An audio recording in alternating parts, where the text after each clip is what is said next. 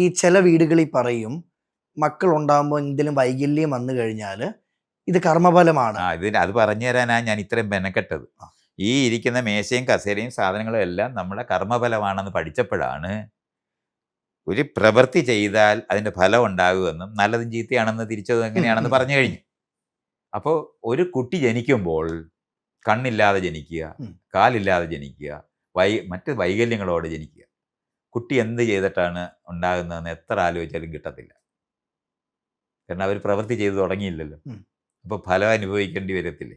ആ ഫലം എവിടെ നിന്ന് അനുഭവിക്കുന്നു എന്നുള്ള ഉത്തരം വന്നപ്പോഴാണ് ഈ സൗത്ത് ഈസ്റ്റ് ഏഷ്യയിലുള്ള മനുഷ്യന്മാർ കണ്ടുപിടിച്ചതാണ് ഇതിനു മുമ്പ് ഒരു ജന്മം വേണമെന്ന്. അങ്ങനെയാണ് ജന്മസിദ്ധാന്തം ഉണ്ടാക്കിയത്. പക്ഷേ യേശുക്രിസ്തുവിൻ്റെ നാട്ടിലൊക്കെ ഇരിക്കുന്നവനെല്ലാം താടിക്കും കയ്യിരുന്ന് എത്ര ആലോചിച്ചിട്ട് അത് കിട്ടിയില്ല, ജന്മസിദ്ധാന്തം കിട്ടിയില്ല. അപ്പോൾ അവർ കണ്ടുപിടിച്ചത് എന്താണ്?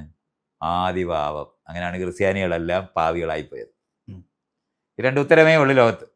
ഒരു ബന്ധമില്ലാതെ ഇത് യഥാർത്ഥത്തിലുള്ളതാണെന്നെങ്കിൽ എൻ്റെ അടുത്ത് ഒരേ ഉത്തരം വരുത്തില്ലേ. അപ്പോൾ അങ്ങനെയല്ല, സങ്കല്പിച്ചുണ്ടാക്കിയതാണ്. ഇതുകൊണ്ട് ജനറ്റിക്സ് അറിഞ്ഞുകൂടാ ഈ രണ്ട് പാർട്ടിക്ക്. ഇത്രയേ ഉള്ളൂ. ജനറ്റിക്സ് അറിഞ്ഞുകൂടാ.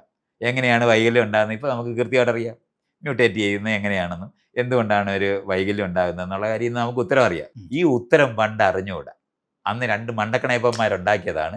അത് ഈ യേശുക്രിസ്തുവിൻ്റെ നാട്ടിലും ബുദ്ധൻ്റെ നാട്ടിലും രണ്ട് ഉത്തരമാണ് ഈ പറയുന്ന ജന്മസിദ്ധാന്തവും ഈ പാപവും. ജനറ്റിക്സ് അറിഞ്ഞുകൂടാത്തതുകൊണ്ട്. ഈ ബൈബിളും ഖുറാനും ഒക്കെ വായിച്ചിട്ടുണ്ടോ? വായിച്ചിട്ടുണ്ട്. കാശിന് കൊള്ളത്തില്ല. കാശിന് കൊള്ളത്തില്ലെന്ന് അത്രയാ പറയുന്നത്. ഇതല്ലേ പഠിപ്പിക്കുന്നേ? പാപികളെ ഉണ്ടാക്കുന്ന സാധനമല്ലേ അത്. ഇവിടെ ജന്മസിദ്ധാന്തം ഉണ്ടാക്കണ്ടേ?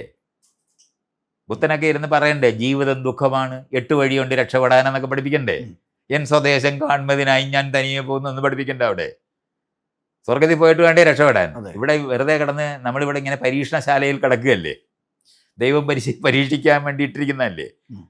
ഇതൊക്കെ ഇങ്ങനത്തെ കഥകളൊക്കെ പഠിപ്പിക്കുന്നതല്ലാതെ ഈ ലോകത്തിനെ ട്രാൻസ്ഫോം ചെയ്ത് നമുക്ക് അനുകൂലമാക്കി മാറ്റാൻ. പണ്ട് കാലത്ത് പ്ലേഗ് വരുത്തിയ ദൈവമല്ലായിരുന്നു. അതിൻ്റെ കഥ അറിഞ്ഞുകൂടാ. അന്ന് മൈക്രോബ്സ് ഉണ്ടെന്ന് അറിഞ്ഞുകൂടാ.